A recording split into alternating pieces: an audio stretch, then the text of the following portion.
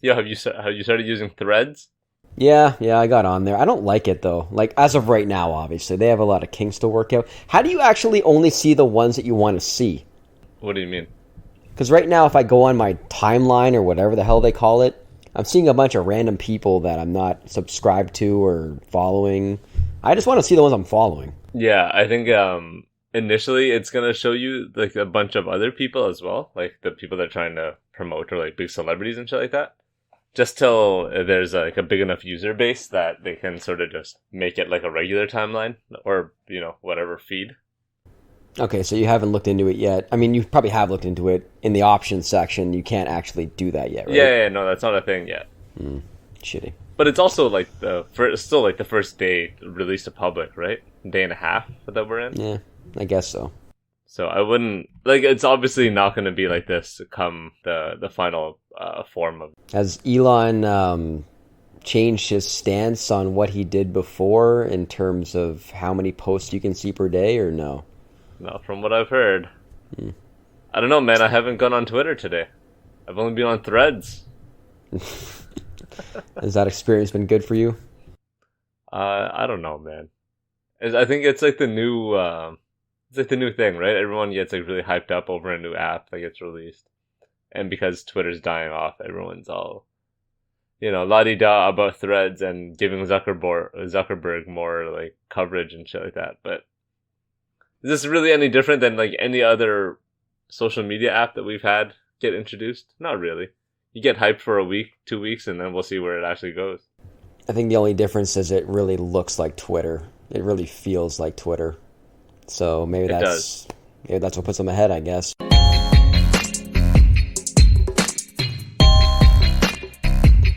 What's going on, everybody, and welcome back to the Hoops Corner. I'm your host, Peter Tran, and on the line, the Iceman himself, seemingly on some sort of beach. Are you going to Vegas Summer League? Is that what's happening? Josh Cohen, how you doing? I wish. I heard that they've already sold out the Friday game with Wembanyama against Brandon Miller. So I'm sure those tickets are very, very costly, but unfortunately I will not be there. But one year we should definitely go. Down. This would have been the year, honestly. I mean, I've been saying it for multiple years. Raj went like 3 years ago, and I was like, not 3, that's an exaggeration. Maybe like 6 years ago. I was like, damn, man, I should have just gone with him. Fucked up. Yeah.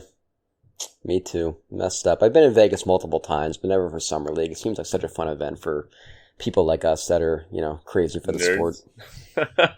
Yeah. Nerd corner. And I guess I should mention that our banger in the paint is not with us today. What a shame. I don't think we've had like a 3-person podcast in a long time. I'm basically just going to claim this as my own podcast from now on. Yeah, he's no longer in the paint. He's currently on the outside. He's on the perimeter. He's at the stats table, man. Yeah, I guess so. He's gone soft on us. Oh, rude. All right, well, let's get into it. We're about a week into free agency. I don't want to go through like, how every other podcast is like, oh, let's talk about this team and this team and this team. Oh, these guys are winners. Let's break down Jeff Green's $8 million signing. Let's talk about Dante DiVincenzo getting 4 years with like $1 million, $1,000 million, whatever. Billions. Yeah. We could do that, or we could just talk shit about teams that we liked and didn't like. I'd rather talk shit about people, You're very good at that. I like to talk stuff. It's fun. And especially about Raj. Oh, both of you. When you're not here, it's the same thing. Oh, damn. That hurts. Yeah, man. Everybody's liable to get these. Can we talk about the Knicks just constantly going after Villanova guards? This is weird, right? Signing Dante DiVincenzo to a 4-year deal just because he went to school with Jalen Brunson and Josh Hart. A little weird. 4 years, $50 million for a guy who seemingly does the same things as Josh Hart. Yeah, they're very similar players. I mean, both guys are really good rebounders for their positions. Josh Hart, I think, led the league in rebounds for a guard, and DiVincenzo per minute is not very far behind him. They both play extremely hard. They're both guys you really want on your team because you know what you're going to get from them in terms of like effort and knowing where to be and being in the right spots and all that. But yeah, they are very similar. So I mean, it's not a bad number to get him at either. He's still pretty young. I think he's, 26, 27 years old. He's in the heart of his prime. But yeah, like the fact they already have Josh Hart and his situation hasn't really been confirmed yet. I know he opted into his contract so they can get DiVincenzo, but I would assume that an opt-in extend is coming. We just haven't heard it yet. But he opted into his $12.5 million contract. And I guess we'll see what happens from there. He's probably going to get another 3 years tacked onto that, I'm sure. But you also get another guy that you can rely on in a playoff rotation. So, I mean, the amount of years, I guess, is not the greatest, but at the same time, he's in his prime, so it's not really that bad. And they keep their cap sheet still somewhat clear because they're going to have Randall, I think, on an expiring this year, if I'm not mistaken. Wait. Next year. My bad. Okay. And then they still have, Barrett now starting his max contract, I believe, starting this year. Wait, hold on. Julius Randle is going into a contract year next year, but he has a player option for the year after. So he's going to be making $30 million the year after. So let's just assume that he takes that. I think that'll be close. I mean, based on his production level and that he plays pretty much every game. True. And how the cap's gone up, there's a chance he definitely opts out of that. But anyways, like the Knicks have a pretty good cap sheet right now, having Jalen Brunson on the books for his great contract that a lot of people weren't thinking so last offseason, obviously. But they have all their picks. So they're probably in the driver's seat to get the next big star. Wow. I was ready to go in here and flame the New York Knicks for just compiling Villanova players, but Pat, you're not too bad on it. Not low on it. Yeah, I mean, if you're looking at it from like a playoff perspective, you want guys you can trust in a rotation, right? And even though this may not be the greatest move for the regular season, I guess, I think overall, like he's one of the guys you can count on in an 8-man rotation. So it's not that bad. Wow, I did not expect that. They still have Evan Fournier on the books for another year. Yeah, another trade chip right there. I mean, he's obviously expiring, so he would be a contract to use if they wanted to potentially get into the James Harden sweepstakes, but why would you ever want to do that? Nobody wants that sweepstakes. The 76ers don't even want to be part of that sweepstakes. No. Come on now. I mean, I think you mentioned it briefly, but they got rid of Obi Toppin as well for, I believe, 2 second-round picks. I mean, yeah, free Obi. Stuck behind Julius Randle the whole time. It seems like him and Tibbs did not get along whatsoever. And he's going to get some run in Indiana.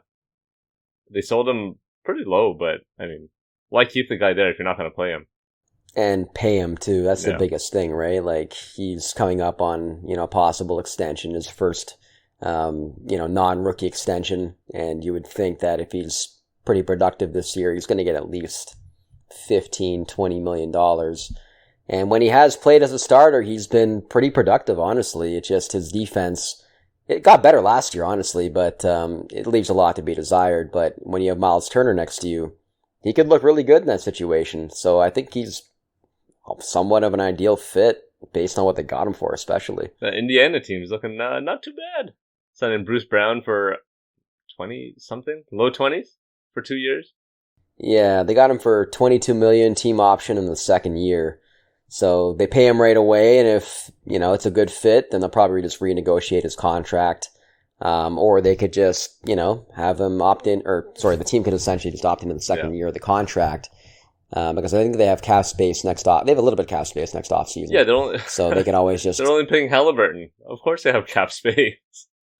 They're paying him a big number, though. And Turner got his extension, but he probably shouldn't have taken that based on what other guys are getting this offseason, and his numbers going down the next few years, because I think they gave him more of a bag this season and, essentially getting more money this year and then opting in and extending. So good for him, I guess, but also bad for him. Miles Turner made $35 million this past year, goes down to $21.9 next year, this upcoming year, and then $19.9 the year after. Wow, that's quite the decrease. Yeah, it's a pretty great move by their management. So he's a really good player, and he took another step up last year. So, and like I said, like their front court fits really well together. If you project, Toppin to play the same way that he did in the starting minutes in New York when he had the opportunity, and he shot better with more minutes too. So I mean, he's in the ideal situation. He doesn't have to play great defense in that system because Indiana doesn't play any defense. So they can just score a ton of points. You can fly around the court and catch alley-oops from Halliburton, and everything works out. I was going to say, this is a low-key, very exciting league pass team this upcoming year. Halliburton topping with Mathurin and Hield in the back. Ooh. Oh, for sure. Ooh. They're the new age team. They're going to shoot a lot of threes, play really fast, and there's going to be a lot of points on the board for sure. Ooh, okay. All right, give me a team. Give me a team that you want to talk about. Winners or losers. Maybe go winners and make this a little bit more of a joyous occasion. I was going to bring up Indiana, but I mean, we just talked about them, so I guess I would have to talk about the Lakers. Don't want to do that. I don't like bringing them up as a winner because I'm not a fan of them, obviously, and I don't like to see LeBron do well. But overall, I mean, their team did really well this offseason. A lot of people are talking about, you shouldn't sign Miami Heat players because when they go to other teams, they don't provide the same production, which could potentially happen here. But if Gabe Vincent provides the same type of production that he did in the playoffs, he seems like the perfect fit for a LeBron-led team, right? He's a guy that is your ideal spot-up guy. He can take a little bit of shots off the dribble as well around screens. And he's going to be a backup going into the season anyway. And then if they decide to trade Russell at the trade deadline, he could definitely fill in there depending on what they get for him. He's basically Mario Chalmers. That's actually not a bad comparison. You know what I mean? It's pretty good. Comes from the Heat. Good defensive player. Not incredible, but works his ass off on defense. Decent handle. Can take the pressure off LeBron whenever they're on the floor together, and he's a decent shooter. He's not an amazing shooter. I think his playoff run led a lot of people to believe that Gabe Vincent's a 40% 3-point shooter. He's not. Let's just put the brakes on that. But he can still hit shots, right? That's all that you really need. And I've been a long proponent of just being a threat on the floor. You know what I mean? Remember when DeMar just refused to shoot threes, and we were all you gotta do is shoot 1 3 a game just to get the defense on their toes a little bit more. It's the same thing with this. You just need a player who's capable of hitting shots with LeBron, who can stand in the corner or stand on the wing wherever LeBron tells him to go, and who just provides a mild threat. That's all you really need on any LeBron team. That's why Mario Chalmers was so good, and Shane Battier. No, for sure. Battier was consistent in his spot-up shooting. That's the main thing with Gabe Vincent, though. In the regular season, I think he shot 33% on spot-ups. And then in the playoffs, he shot 41 or 42. So you're just wondering which guy you're going to get. But at the same time, even if he's not hitting at a 42% clip or even higher than that on spot-up shots, in the regular season, you want guys that can take the pressure off LeBron so he doesn't have to have as much of a load. And the way that they structured their team, a lot of people don't like D'Angelo Russell, including myself, but he is a pretty good, minutes and production eater in the regular season anyway. So LeBron isn't going to have to carry their team and play 35 plus minutes a game in order for them to be a potential top seed in the Western Conference. So on that note, they brought back Austin Reeves at the best contract in the offseason. Somehow. Yeah, I was pretty disappointed to see nobody else offered him, the big $98 million contract and put the Lakers in a spot where they have to match it. And the Lakers offered their max, which was $56 million over 4 years instead of what other teams could have potentially offered, which is 4 years, $98. But I think a lot of teams didn't do that because of the poison pill provision where the contract goes up by a lot of money. It's sort of like what happened with Tyler Johnson when he signed with Brooklyn. Tyler Johnson. And his contract went from $11 million in the first year to 22 upwards in the second, third, and fourth year, if I'm not mistaken.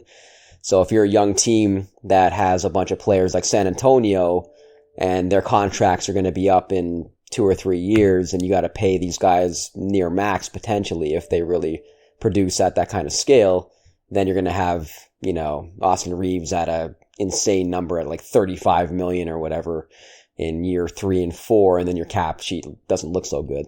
So I understand why nobody else offered it to him, but I would have liked to have seen potentially San Antonio or even Detroit giving him a massive offer and then just going with it to see if the Lakers would match or not, but we didn't get that, unfortunately. Yeah, you would think a team, especially a team in the same conference or division, would want to just sort of mess with LA, right?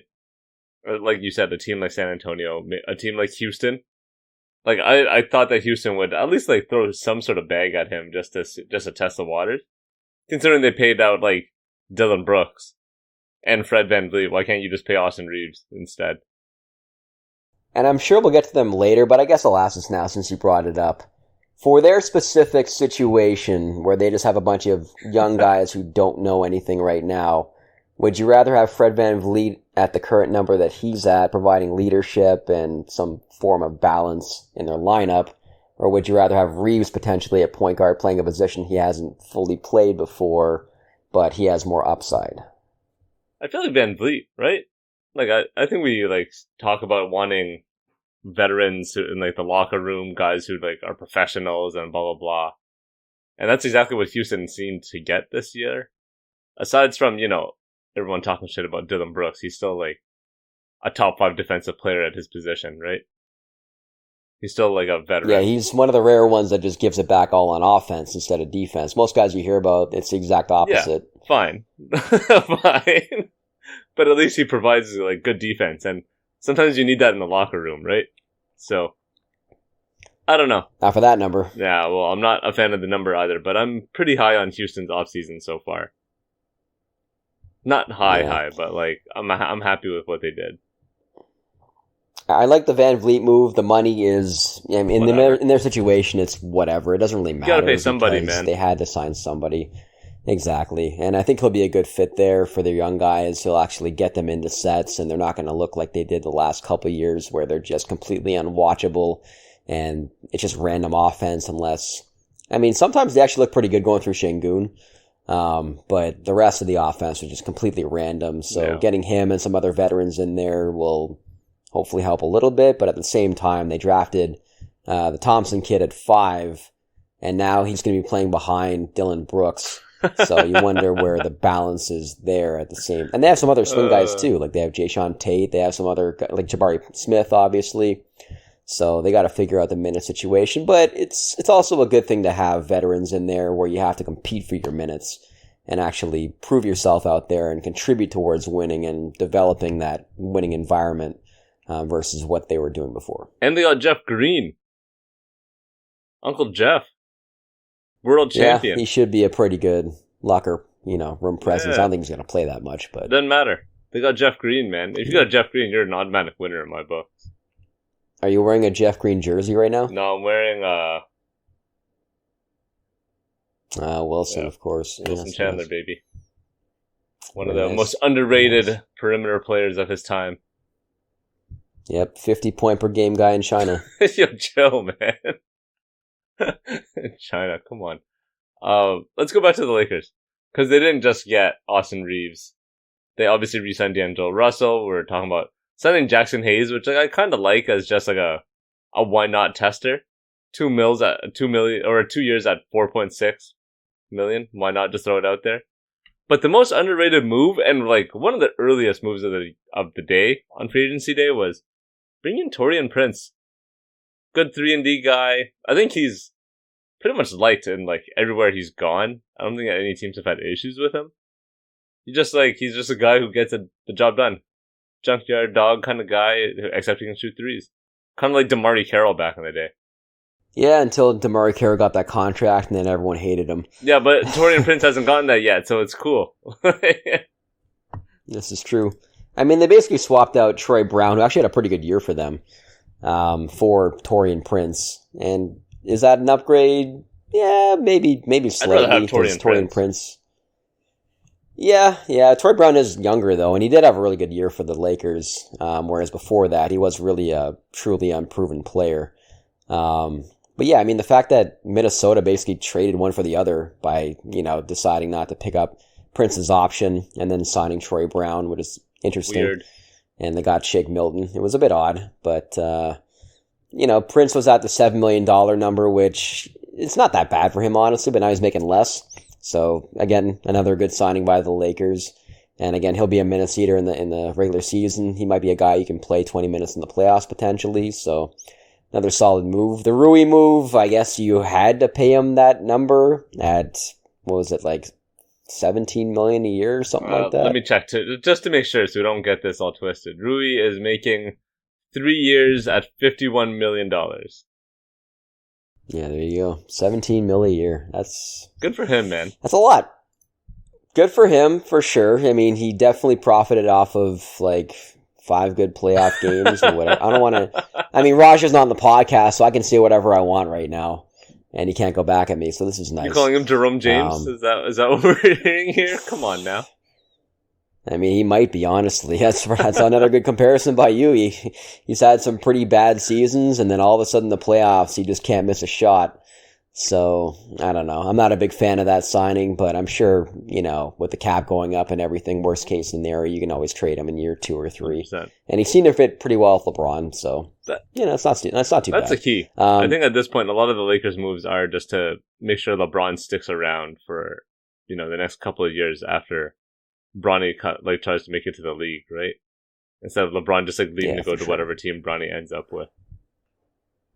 And going into this season, this is the year where they really have to win the title. Because he's turning, 39 this year? We've been saying that for the past, 4 years with LeBron, man. And he did it. He did it in 2020. Although, asterisks or not, whatever. But it happened, right? They got their title. Yeah, but, based around the moves that they made in the offseason, they actually did a really good job in putting, like I said, all these guys around him that can handle the ball and take the pressure off him so he doesn't have to do too much in the regular season if he chooses not to. I'm sure he still wants to keep his numbers up because he wants to be seen as the GOAT. So I'm sure he's still going to play 30 minutes a game and try to put up 25, 7, and 7.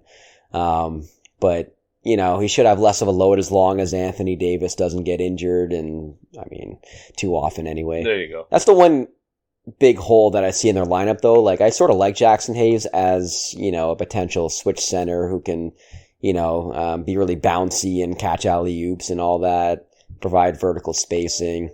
But, if he has to replace Davis for 30 to 40 games, is that your best option going forward? Maybe they just play Rui at center like they did in the playoffs and then play really small. Why not? In the regular season, but I think they need one more big guy to sort of solidify their lineup a little bit and be a minutes eater. Who in the West are you actually concerned about by having Rui play center, though? Other than guys like Jokic, obviously, but who's there in Sabonis, maybe? Yeah, I guess what I mean? That's another team, too, we should talk about later on, but yeah, there's not too many guys you're really worried about in the regular season anyway, but, playoffs, if Davis is not playing, you don't have a chance anyway, so I would try to get a big body behind him, just make a small signing. I'm sure there's plenty of guys out there you can probably, even a Khem Birch, right? Maybe someone like someone like DeAndre Jordan? Well, no, because they signed him at 1201 or what, I guess it's 601 now. Oh, man. From day one of free agency. This Denver offseason has not been looking great so far. As soon as Bruce Brown went out the door, they were like, Reggie Jackson, come back on a 2-year deal. Yeah, that was odd. I think they signed him at that number, though, so they could trade him for one of the guys that got signed this offseason around that number, I think it's called the BAE or whatever it's called, for around $4.7 million or whatever it is. So I understand why they gave him the money, but they could have done better. I feel like, why not just sign Seth Curry if he's willing to go there, right? Ugh. That's the thing. I don't know. Because it's also in Denver, right? It's not a real free agency hub. Guys, nobody signs in Denver, right? So I wonder if it was just just getting anything they can get just to secure a contract, like you said, at this point. And also, Seth Curry going back to Dallas for the third time is dude, you deserve better. I'm just saying. Yeah, they're clearly not valuing you for what you really are. You're getting paid pennies compared to everyone else at your position. Come on. At the same time, though, he didn't really play much in Brooklyn last year, so to get that kind of money when you're not really playing much, it's a lot of people look at it okay, he was super productive the last couple of years, but last year he was not productive at all, so maybe he's on the downside of his career potentially with all of his injuries, but if he produces at around the same level as before last year, where he was shooting 43% from 3, he'll be a good, at least regular season player. Playoff-wise, I don't think he's going to play much. No, unless he has someone with the passing abilities of Jokic, basically. Literally just Jokic. Yeah, which is... Or Sabonis. You put him in that if Kevin you're a guard role, that's... Ooh. Yeah. Oh, for sure. Kevin Huerter, Malik Monk, that type of role. But if I'm Denver, I would have prioritized getting a guy more like Bruce Brown that can handle the ball and defend multiple positions. I'm sort of surprised Ayo Dosunmu hasn't been signed yet, but I think he's restricted, so I understand sort of why. I mean, after what we saw today with Matisse Thybulle going back to Portland because he got signed to a pretty reasonable deal. I understand why teams sort of stay away from the restricted guys, but at this point, there's not many guys left out there, so why not just take a chance and tie up your cap for a day and see if the guy's going to sign with you? You know what's funny? I was going to start off the podcast making a Matisse Thybulle joke. You know, big news of the day, Matisse Thybulle. But, good for him. 3-year offer sheet. I like it. Yeah, I mean, originally the reports were he was going to get like the full MLE for 4 years, 52, sorry. Yeah. And when I heard about that, I'm like, that's a bit much for him. But 3 years at 33, it's not bad. I like that. Especially since Portland is just completely blowing up now. You might as well just give young guys contracts and see what happens. And plus, they can trade him, obviously. I mean, he's going to be a guy that's going to be sought after at the trade deadline, so you can get at least 2 seconds for him, probably. Yeah. I would say get him to Denver, but he can't really handle the rock or shoot. And they have Christian Brown, so they'll be fine. Yes, this is very true. Do you want to take the lead on this next team, or can I just throw out... Go ahead. I mean, this is really going to hit close to home, but can we just roast the Toronto Raptors for a bit here? Do we roast them for a bit? Yeah. I mean, holding on to Fred VanVleet, the Pascal, like basically the whole core during this past season, hoping that they would make the playoffs, sort of just laying low, waiting to see what happens, and then Freddie walks. I think most of the players from the championship team who left, other than Kyle Lowry, have just walked, right? Serge walked, Kawhi, Danny Green, all just walked out the door. And yeah, Marc Gasol got traded, if I'm not mistaken. No, I think he walk? walked as well. He walked straight to LA. Mm. He walked straight to that Lakers team, right? Yes, and then LeBron hated playing with him because he was like, yo, this guy passes too much. What the fuck? He's not taking the spot up shots. I don't want him on my team. He's not moving around me. I want people to move around me. I don't want to move. Anyway, the Raptors, in lieu of that, signed Jakob Poeltl 4 years like we thought they would. Signed Dennis Schroeder out of like a quick desperation move from what it seemed like. Kind of like the Nuggets signing Reggie Jackson. And I don't know, they signed Jalen McDaniels for 2 years. I think we all kind of like that as a flyer. Why not? Add to their 6'9" length, but ooh, man, just this team with no direction continues to just be confusing for everybody. Yeah, Masai Ujiri has built up a lot of credit over time, obviously, but if you look at the last couple of years, you're just like, pick a direction. Like, just either rebuild. I know he's like tried to retool with different teams on the fly, including Denver, obviously, when he was there. One of the trades that he made, obviously, was, I think it was McGee for Nene, if I'm not mistaken. That was like one of those retool on the fly type situations. I think he sort of did that this time with Poeltl, right? Yeah. And you're doing it with a team that didn't make the playoffs, and now you owe a top 6 protected pick to the Spurs. So you're trying to win next year, you would think. And at the same time, you have two guys that are, up for big extensions that don't necessarily fit with your future franchise player because they sort of play the same, especially Siakam. So the rumors now are that they're going to extend and trade him potentially. So he has more value to a team that actually acquires him. And honestly, now's the right time to do it, right? Like, he has another year left, so if you're able to extend him, and then maybe he doesn't get traded this offseason, but maybe they can trade him next offseason when his contract, is up at that point and going into the next contract, so a team knows that they're getting him for 4 years. Yeah. I would keep Anunoby over him because Anunoby's, he just fits better because he's a better spot-up shooter. And I think he's one of the best perimeter defenders in the NBA. So I would keep him next to Scottie. I would pay him instead of Siakam and keep him on the roster going forward. The Trent thing doesn't make too much sense for me, especially if he gets extended at like a massive number at like 22 plus million. If he's at like 18 to 20, 22 is not much of a difference, obviously, and you can trade him because he is young. And he's a big shot taker.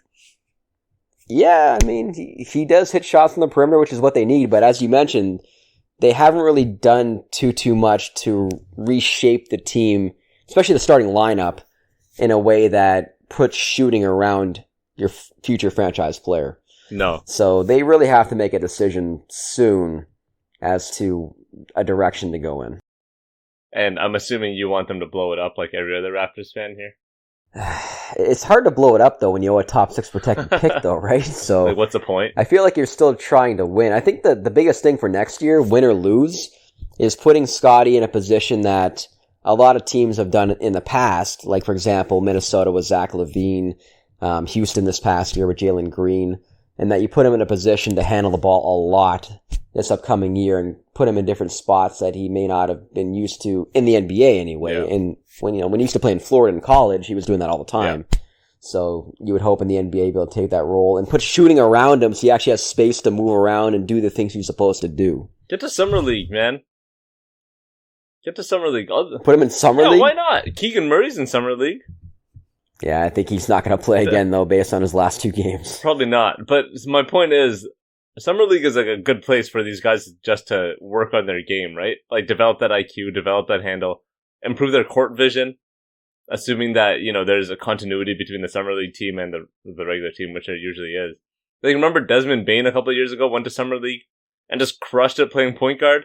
And now he's like a pretty decent ball handler in the league.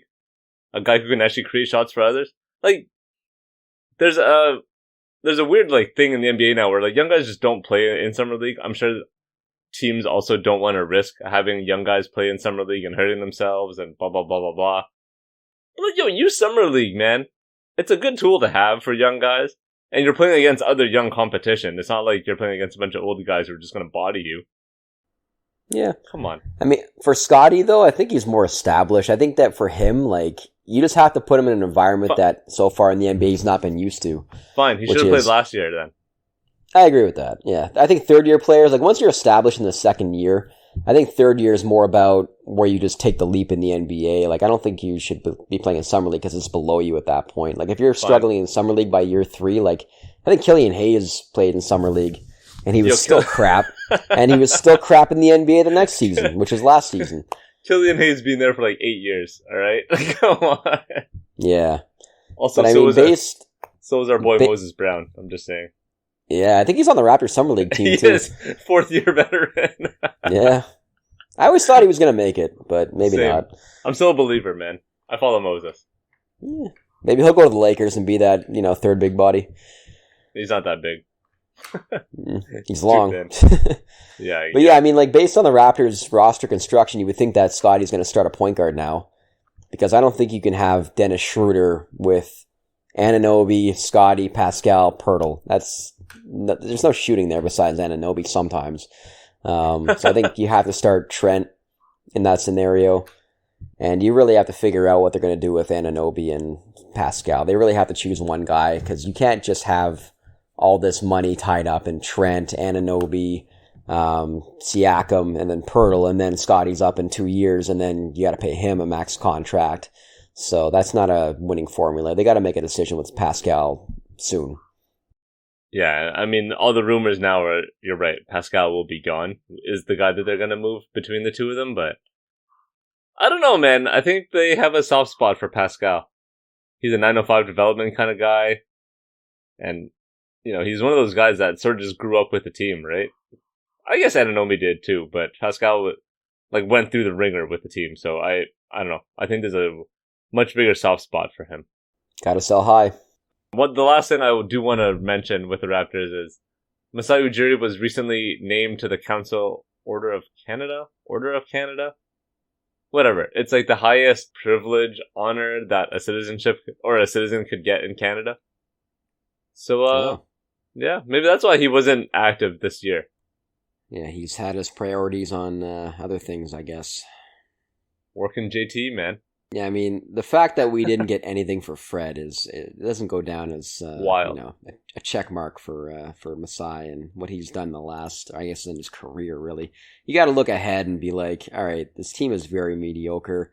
This guy just had an all-star season a couple seasons ago. That's when they should have traded him. Yep. I always try to defend the Raptors brass, I guess, and see that, or I say that they had a greater vision in mind, but I'm not seeing that anymore.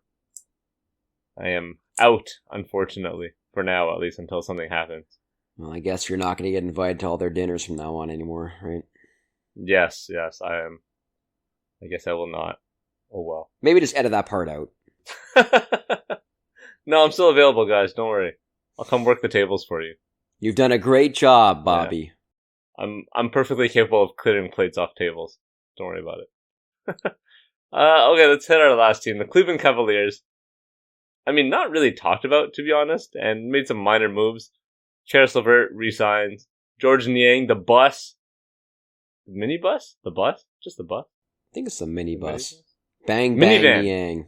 Minivan. Can't be the yeah, bus. you're right. Yeah, van. I like this other Niang. nickname better, though. What? Bang, bang, Niang. What a sick name. It is.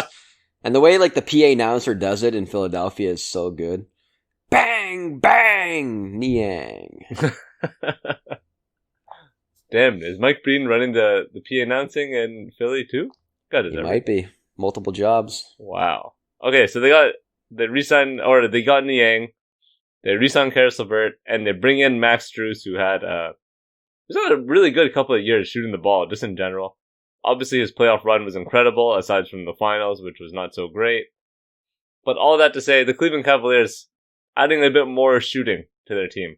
Defensively, you're still going to base everything around Allen and Mobley, obviously. But, I mean, for the past 2 years, we've talked about how shit their perimeter play was, right? That 3 position has always just been an empty space. Last year, Karis LeVert, stepped in, and he actually did pretty well. I think Karis LeVert actually got shot on a lot last year for considering the situation he was put into. But as a guy who wasn't a big 3-point shooter, his percentages actually went up last year. I think he was shooting high 30s, right? So you have that, and then you bring in a veteran like George Niang and another shooter like Max Strus. I kind of like it. Cleveland Cavaliers, I think, did a low-key good job this free agency. Yeah, they got guys who fit. The Strus contract sort of worries me a little bit in terms of the length of it, because I think he's a little bit older, if I'm not mistaken. And I wouldn't say he's still a little bit unproven, but, as a starter potentially on a new team where he has a very specific role, where you would hope they're going to use him the same way coming around the DHOs. And they have guys that can play with him too. Like Mobley's a good passer who can run that type of play. Jared Allen's the same thing. I think ultimately this team's final form in a year or two is not going to involve Jared Allen being in the lineup. I think that he's ultimately going to get traded for what they hope to be like the final piece of the puzzle. I think like a potential, not Jeremy Grant, but a Jeremy Grant type, with, Mobley and, their other perimeter players.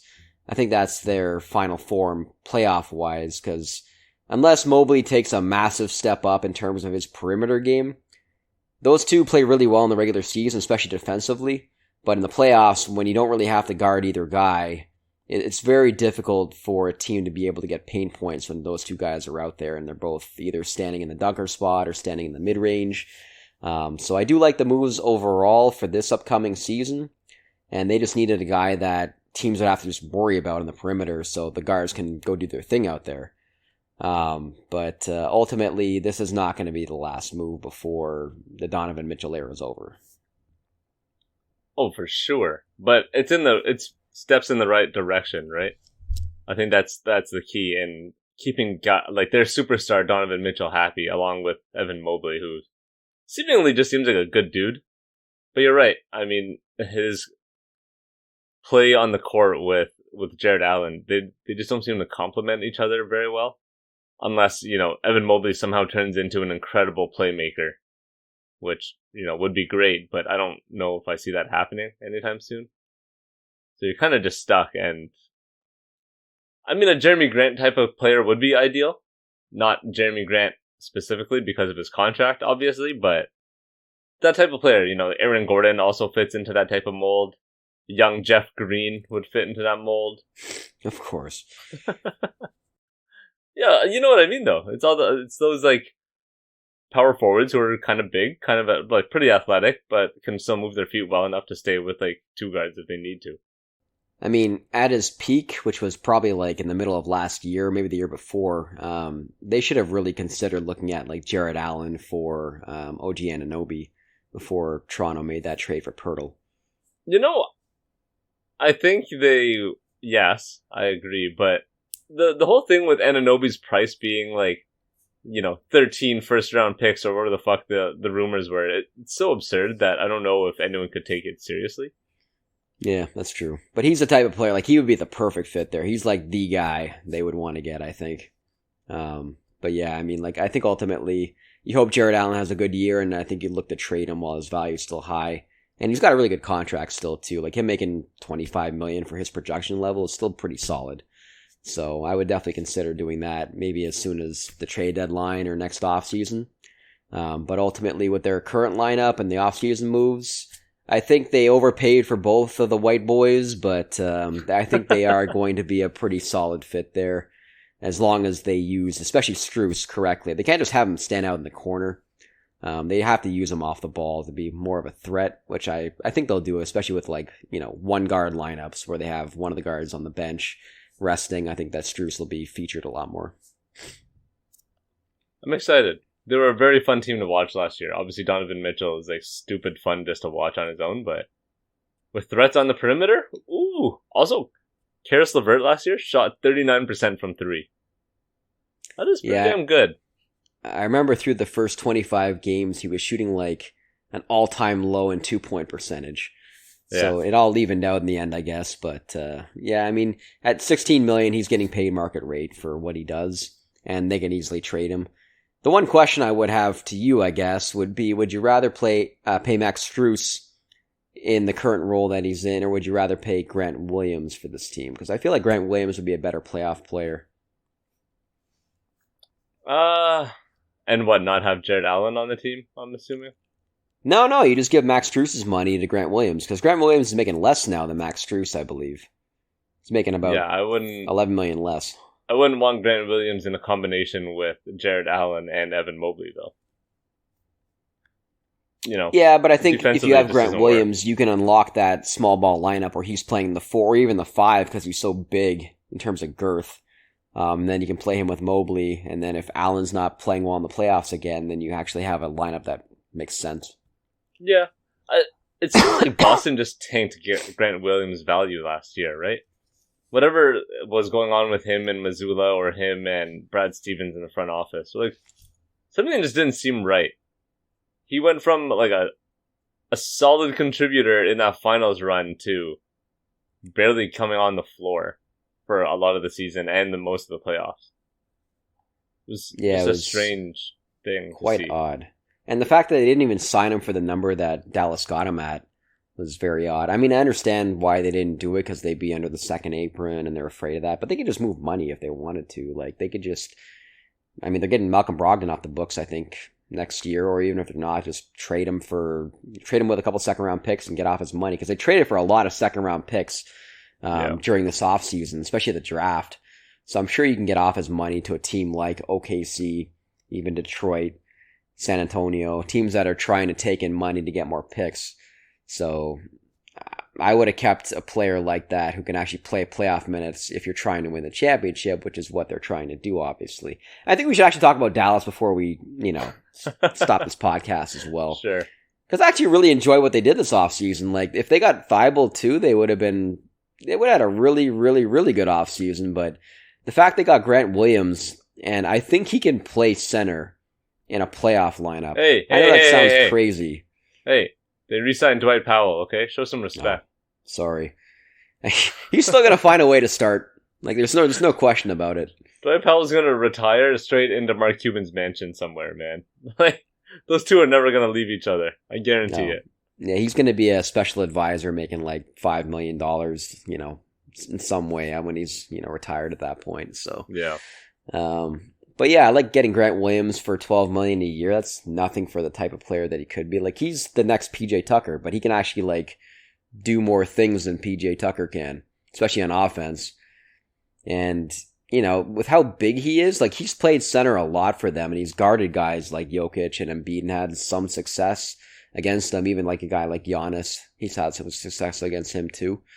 But they are in the Western Conference, so two of those guys, they're only going to play them 2 times a year, obviously. But I think come playoff time, the fact that they have him and Kleba now, so both guys can switch on the perimeter, both guys can spot up from 3. Their lineup makes a lot more sense now, especially the closing lineups, and having him and being able to play big while also being able to play small. So say you're in a close game, right? Let's say they're playing against, I don't know, the Clippers, for example. With the closing lineup, you're going to have Kyrie and Luka, obviously in the backcourt. You're going to have, we're assuming, Grant Williams in there. Seth Curry, maybe? No, he's not going to play. So what else do you have here on this roster to close out your team, basically? I mean, based on how they played this year and how much Jason Kidd trusts him, I think Kleba is going to be the other guy in that lineup. And then the last spot will probably go to either Josh Green, if he takes his game to another level, or Tim Hardaway Jr. That's a spot they sort of have to upgrade still, I think. Unless I'm forgetting somebody. I know they traded Bullock in this deal, which he would have been the guy.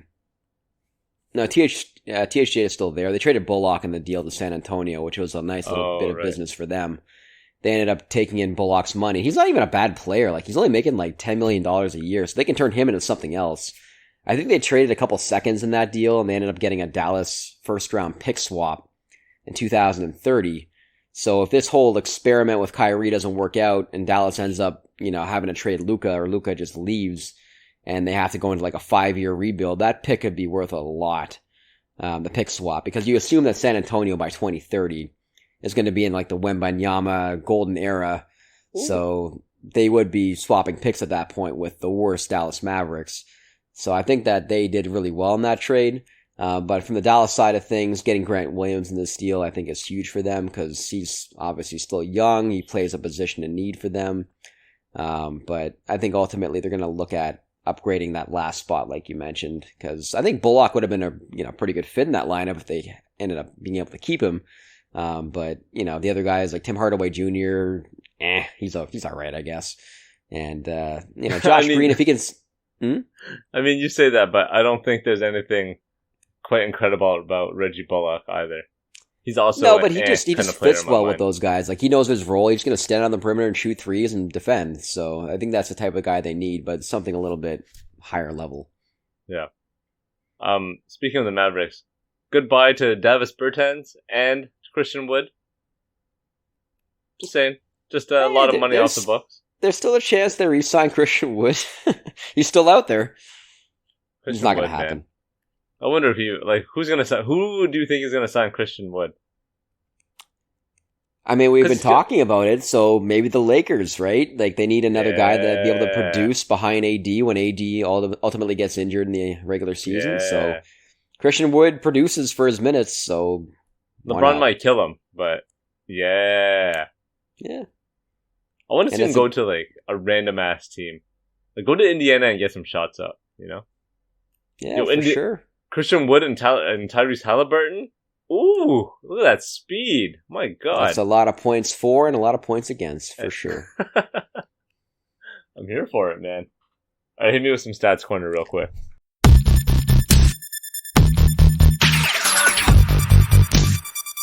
Alright, so I got a couple things for you today. We'll start off with some trivia based on NBA history. So, 6 plus years later, the duo that led the Nuggets to the first title in franchise history and went on an utterly dominant 16-4 playoff run, Murray and Jokic, combined to average almost 60 points per game. Since 96-97, only 9 teams have won the title with a fatter per-possession scoring margin. Can you name those teams? And some of those teams have multiple years. That should be 2 teams that who have had 2 players score more than 60 a game? No, I actually just mentioned that because it was just part of the trivia. It's more so in terms of points per 100 possessions by the team. The Nuggets killed opponents by 8 points per 100 possessions in the playoffs. And only 9 teams have won the title with a fatter per possession scoring margin than 8 or more points. So just pure dominance is what we're looking for here. Pure dominance in terms of the team since the 96-97 season. Like the 17 Warriors, for example. Yes, that is one of those teams. They are also responsible for a few other teams, which is 2015 and 2018. Wow. Just the Warriors in general. Okay. Yep. How about those early Lakers teams with Shaq and Cobes? Yes, 2001, yes, and they also had it in 2009 as well, which is sort of surprising.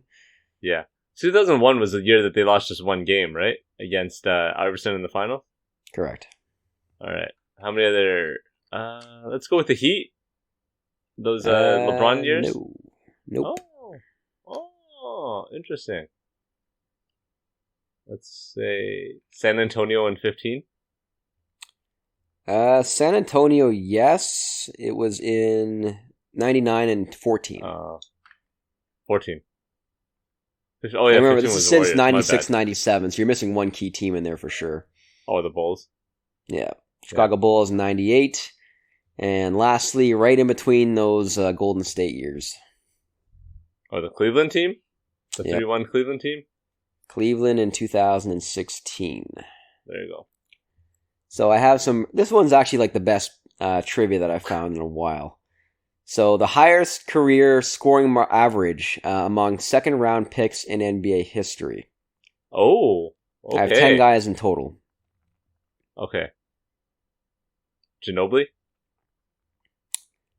Surprisingly, no. I think it's because his first couple years he didn't average too many points, so he's actually not on the list. Same with the last years. Jokic, I'm assuming, is on this list? Yeah, Jokic is at 20.2 points with a 63% true shooting percentage. Okay. Monte Ellis? Yes, Monte Ellis, yes. 17.8 points per game, 52% true shooting. Yo, go watch the Monte Ellis highlights after this, man. Ooh. Yep. Monte was nice. So you got 2 out of 3 so far. We'll give you 10 guesses in total, see how many you get. Agent Zero? Yes, Gilbert is he's number 3 on the list, 20.7 points per game. Alright. That's pretty much my knowledge of second round draft pick. There's a lot of guys here from the 80s. One of the guys you should definitely get based on the team that you root for. From the 80s? I don't know, is Alice English a second round draft pick? He was. He's number 1, right. 21.5 points per game. Wow. Leading scorer in all the 80s. Just Alice English. There's one more current player who's still trying to be in the NBA. He's not currently on a team, but he was truly electric when he was in the NBA. Very small guard. Small guard? Can't be Isaiah. It was Isaiah. What? 17.7 points per game. Okay. That's Isaiah Thomas. Second Isaiah Thomas. And then I'll give you some hints. Yeah. One of these players you will know is from the 2000s. He's a lefty shooter. He's one of the best players coming off screens, and he had a really, really high release point. Michael Redd? 19 points per game. Man, that was a pure looking shot. Ooh, for a lefty? My goodness. Yep. This guy you're not going to get. It's Calvin Murphy, Houston Rockets. Would not have. One of these guys I actually don't recognize. He's from Atlanta, 17 points per game, last name Williams. Not sure what his name is. Scoot? Tree? No, Tree Rollins. You're in the right vicinity. You're in the right name vicinity there, though. I'm just putting out names, man. There's a guy that changed his name, and he's got one of the most famous names in basketball now. I'm not sure if you remember him. No, but you're in the right realm. He's from the 70s and 80s, I believe. World Be Free? There you go. World Be Free, 20.3 points per game. And then lastly, I think it's Larry Drew at 20.7. Yo, shouts to Larry Drew. My God. Yep. I never hear about Larry Drew as a player. Do you want one more quickly? Sure, man, if it's an actual quick one. All right. Highest catch and shoot, 3-point percentage, minimum 100 attempts from this past season. Let's see how many you can name out of the top 5. Catch and shoot? 3-point percentage, catch and shoot. Steph? Nope. Clay? Nope. Dame? Nope. All right, this is not quick enough. All right, I'll give you the teams. Memphis. Bane? Nope. What? Triple J? This guy led the league in 3-point shooting. Kennard. In general. There you go. Damn. This one's a bit of a surprise. New York. Quickly. Let's see how many guesses it takes. Nope. On New York. Not Brunson. Is it Brunson? It is Brunson. Wow. 47.6%. Nobody passes him the ball. Come on, man. Yeah, but apparently when he gets it like that, he puts up numbers. And the next two are Phoenix Suns role players now. One of them was not on the team last year. He's on the team this year. Utah, 45.7. And this guy re-signed recently. Damian Lee. Yes. The forgotten stepbrother. 7%. Not stepbrother. What am I thinking of? In-law. I was going to bring that up, so you get it right away. And then lastly, the Detroit Pistons. This one should be easy. Someone on... Boyan Bogdanovic? Yes, there's nobody else. Wow. It's not Killian Hayes. Nobody's talking about the Detroit Pistons these days. Yo, show some Monte Morris, man. Hopefully he can get some money out of this year in Detroit. I think he will. I don't think you're going to see much more Killian this year. I don't think we'll see him anywhere except in China soon. Or in, Ecuador. Somewhere out there. Alright, good stuff. 3-point percentage. Always a good one to look at. Let's kill it here. And on that note, I want to thank everyone for listening. Please remember to rate and subscribe. We're on iTunes, on Spotify. 5-star reviews, thumbs up, good comments, all the good jazz. You can find us on all the social networks. I'm talking Instagram, Twitter, however long we have Twitter anymore, TikTok, YouTube Shorts, soon to be Instagram Threads or Threads, Needles, whatever you want to call it. And until next time, peace.